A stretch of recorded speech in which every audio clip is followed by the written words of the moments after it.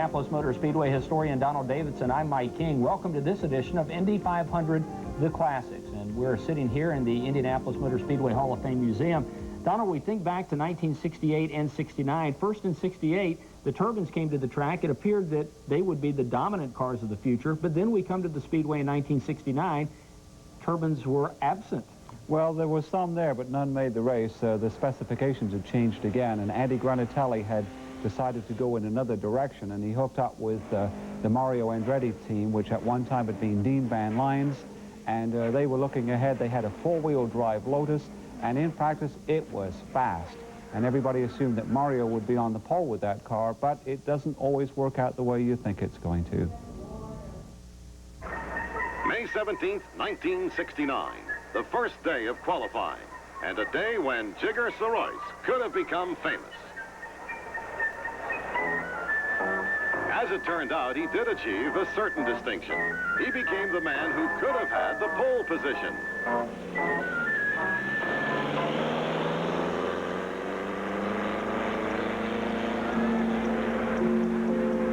On his qualifying attempt, he was averaging 161.5 miles per hour. And his crew gave him the yellow flag, nullifying the attempt.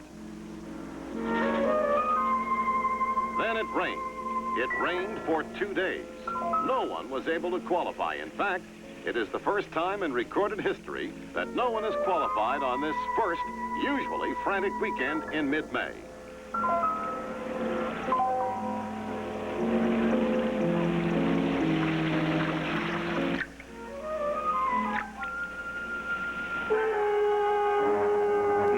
The following Monday brings bright sunshine. Futuristic designs of these high-speed creations produce a sharp contrast with the past. The automotive world has come a long way in 60 years, but you don't have to go back to the 1911 winner. There are contemporary antiques, too. This car that won the famous Race of Two Worlds at Monza, Italy in 1958 was driven to victory by Jim Rathman. Today, a rookie, Mark Donohue, sits behind the wheel. The tires are in sharp contrast to the low, wide profile of today, but the 1911 version points up the degree of progress even more. It would take 4 side by side to match the width of one of today's racing tires. And at more than twice the speed of 1911 racing, drivers need every safety factor when things get rough.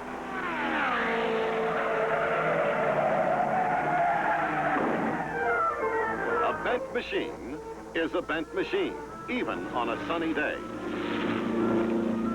Mario Andretti continues his high speed. He can still win the pole position in the upcoming qualifying weekend.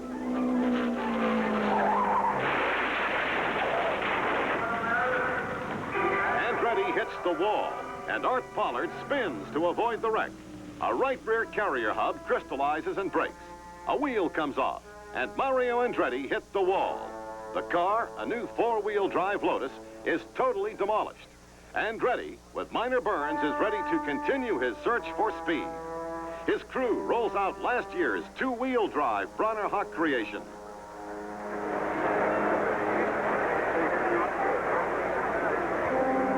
Mario Andretti must start over from the beginning, and there's only 2 days left until qualifying.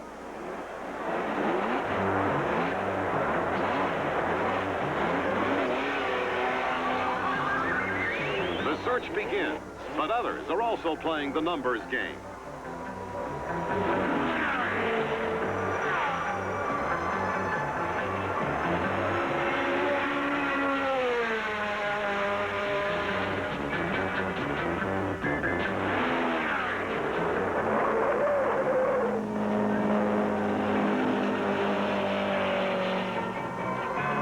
Saturday, May 24th, an expectant crowd sympathizes with the plight of the little Italian who practices right up to the moment of qualifying.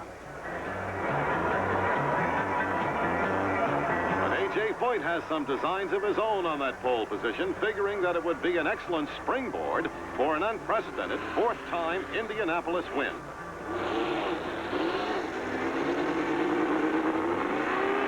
He pulls onto the track and things begin to happen.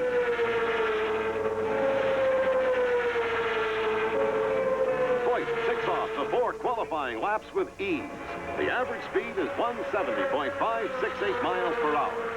It does not overshadow Joe Leonard's pole-winning 1968 speed, but things are definitely looking up for A.J. Mario is as ready as he ever will be. He starts out to qualify for his 5th Indianapolis 500. 4 laps, 10 miles, 16 left-hand turns, all in 3 minutes, 31.95 seconds. The average speed is 169.851, second to A.J. Foyt.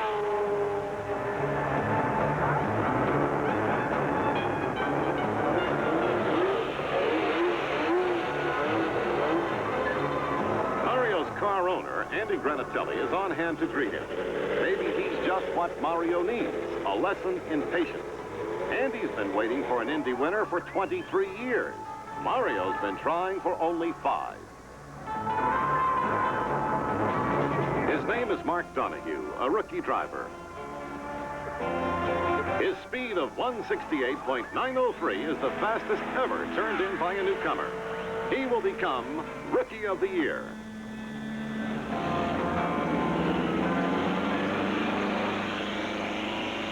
Answer is next out.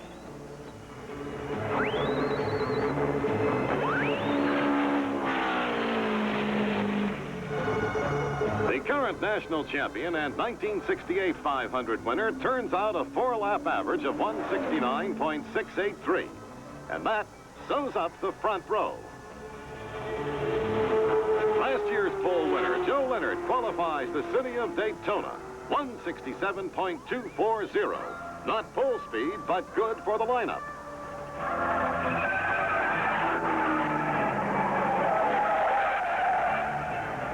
Art Pollard spins in turn 3 at the start of his qualifying attempt. He came back later and made the field.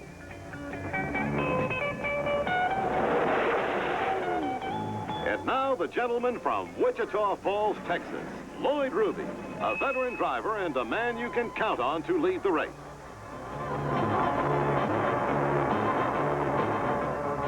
Dan Gurney was second last year. Now in one of his own Eagle cars, he makes the field with a speed of 167.341. Veteran Bob Veith takes his turn. He loses it and hits the wall, spinning down the main straightaway. Veith is safe, and qualifying draws to a close. The slowest driver in the field, Rick Muther, sweats out the last qualifier. It's 6 o'clock. Peter Evson is in. Muther is out. The field for the 1969 500 is filled.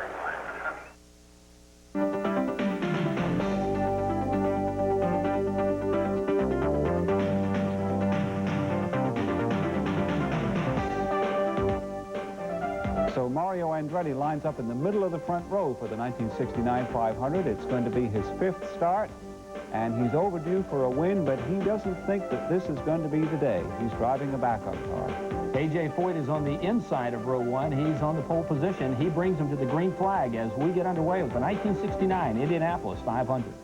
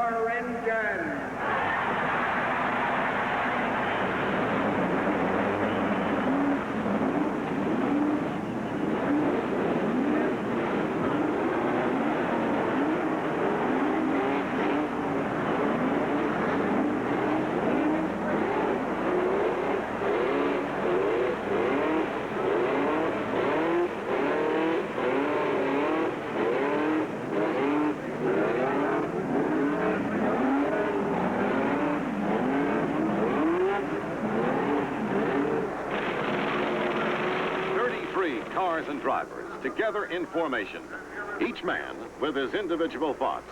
But one of them, the little fellow in the center of the front row, keeps thinking to himself, remember, Mario, that 801st turn is the one that counts.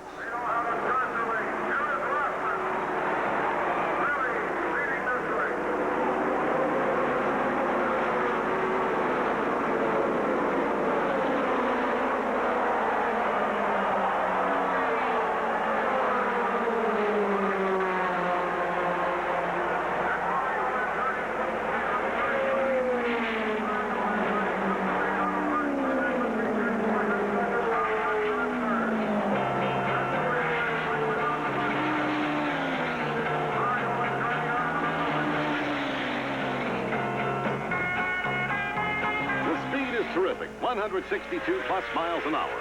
The four front runners have left the pack behind.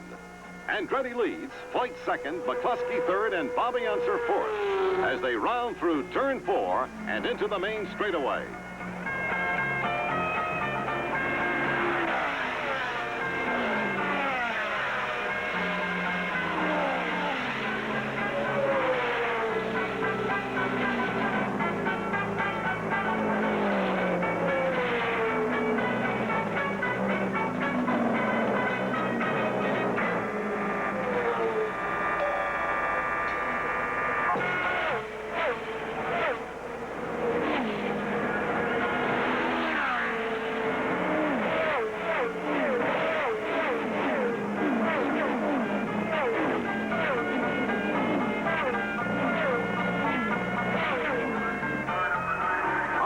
Is slowing down, going into the pits with a broken line drive.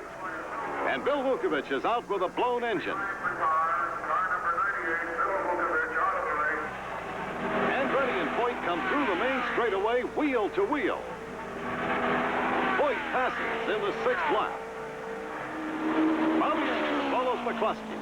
Lloyd Ruby, starting in 20th place, has moved into the top 10. Foyt lengthens his lead. And McCluskey passes Mario coming down the main straightaway. Further back, it's Ruby, Leonard, Tingelstad, and Dallenbach.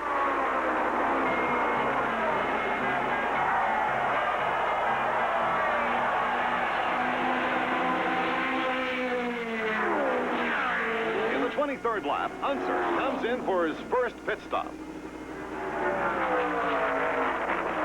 Suddenly, Jim McElreath is on fire in the main straightaway. Fuel from his feed system has ignited the upper part of his engine, which blew up at the head of the main straight. Gallantly, he stays with the car, getting it stopped in turn 1 at a point where it would not be a hazard to other drivers. The caution flag is out. Foyt continues to lead, followed by McCluskey and Andretti. McElreath stands by as the fire is put out. Then he becomes another spectator for the 53rd Indianapolis 500.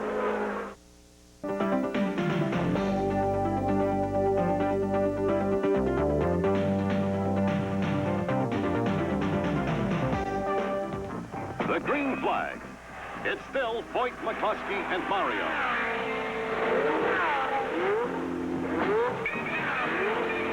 Then Foyt comes in for the first of 3 scheduled pit stops.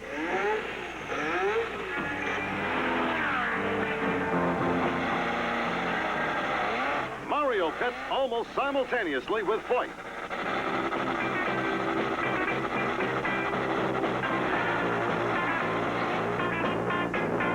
Now it's the 52nd lap. Wally Dallenbach has taken the lead while Foyt and Andretti are in the pits. McCluskey has dropped back. Ruby has moved up, and it's anybody's race. Then Dallenbach comes in for his first pit stop. AJ takes the lead again. Andretti and Ruby breathe down his neck.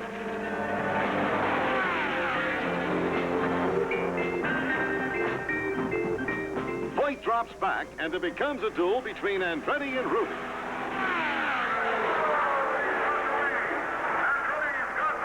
Mario wins out in the 87th lap as Ernie Knepper hits the wall in the upper main straight and skids to a stop.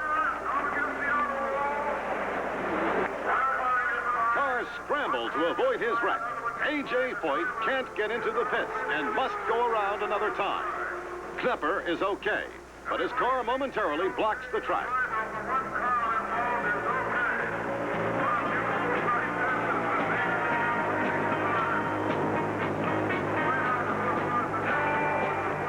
Wally Dolleback, after leading the race for 7 laps, slows down and stops in turn 3. His clutch is gone. The caution flag persists, slowing the field average. The wreckage is towed away, the track is clear, and the green flag is out.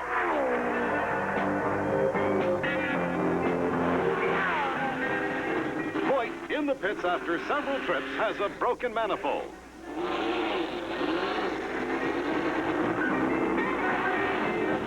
Andretti makes his second pit stop in 37 seconds, then storms back out to regain the lead from Lloyd Ruby, who comes in for his second stop.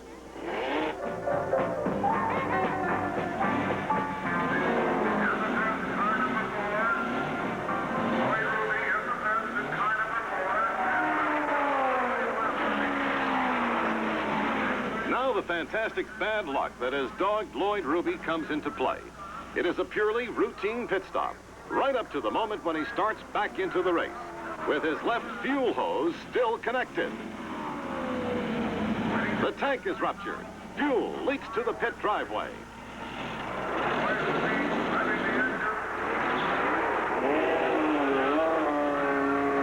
Gurney blasts back into the race. Lloyd Ruby can't believe this is happening to him again.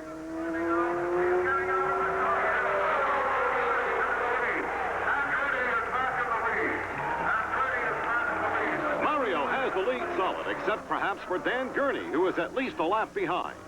And back in Gasoline Alley, the gentleman from Wichita Falls is so disgusted, he forgets to put on his boots.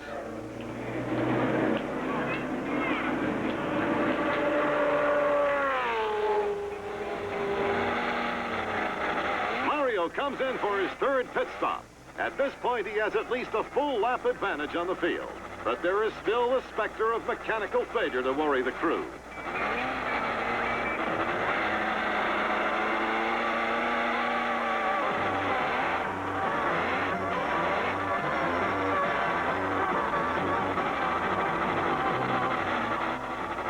Mario blasts away. Clint Bronner is hit by the left front tire.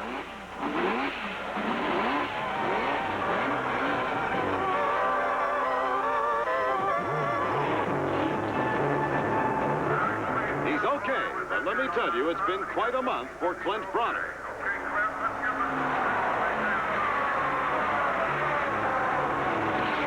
McCluskey's car is pushed back to Gasoline Alley, out of the race. Bob Wilkie comforts his driver, Mike Mosley. Mario is well out there in front. He's so close to having it won that it's terrifying. There are so many things that can go wrong. Jim McGee tries to slow him down. And Bronner refuses to look at the racetrack until it's over. He's been so close so many times that he just can't believe the white flag is out. 1 lap to go. Mario could almost coast through now. Gurney is ahead of him, but 2 laps behind in reality. Through the main straightaway and down to the checkered flag. The official language of the Indianapolis Motor Speedway is now Italian. There's nothing on earth more jubilant than a bunch of Italians who have just won an auto race. Guys with names like Andretti, Granatelli, Bronner, and McGee. Bronner and McGee. Dan Gurney is second for the second year. Bobby Unser third and Mel Kenyon fourth. As a happy crew, all Italians heads for winner's circle.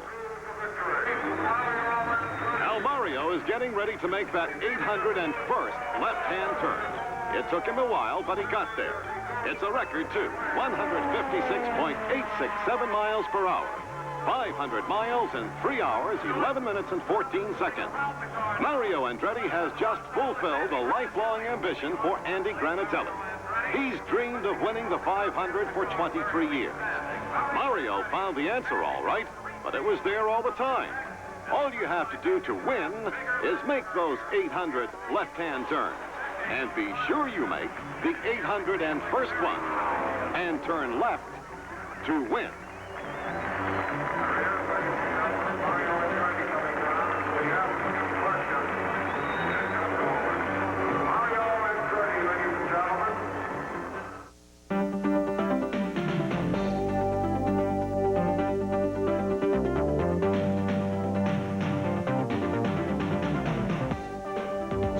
Andretti takes the checkered flag here at the 1969 running of the Indianapolis 500. Donald, his first and only victory here. And, you know, it's interesting to note the rules still stated that wings were not allowed on cars, and yet we see certainly a lot of wings, 3 that I can count right here. There was a rule that said that any aerodynamic device had to be an integral part of the body, and so the crew chiefs figured out a way to sneak them in, but it was still another 3 years before you could take a huge rear wing and bolt it on. Certainly a taste of things to come here at the Speedway as aerodynamics became more and more important. Well, thanks for joining us once again as we take this look back at the 1969 running of this great race. For Donald Davidson, I'm Mike King. Thanks for being with us for Indy 500, the Classic.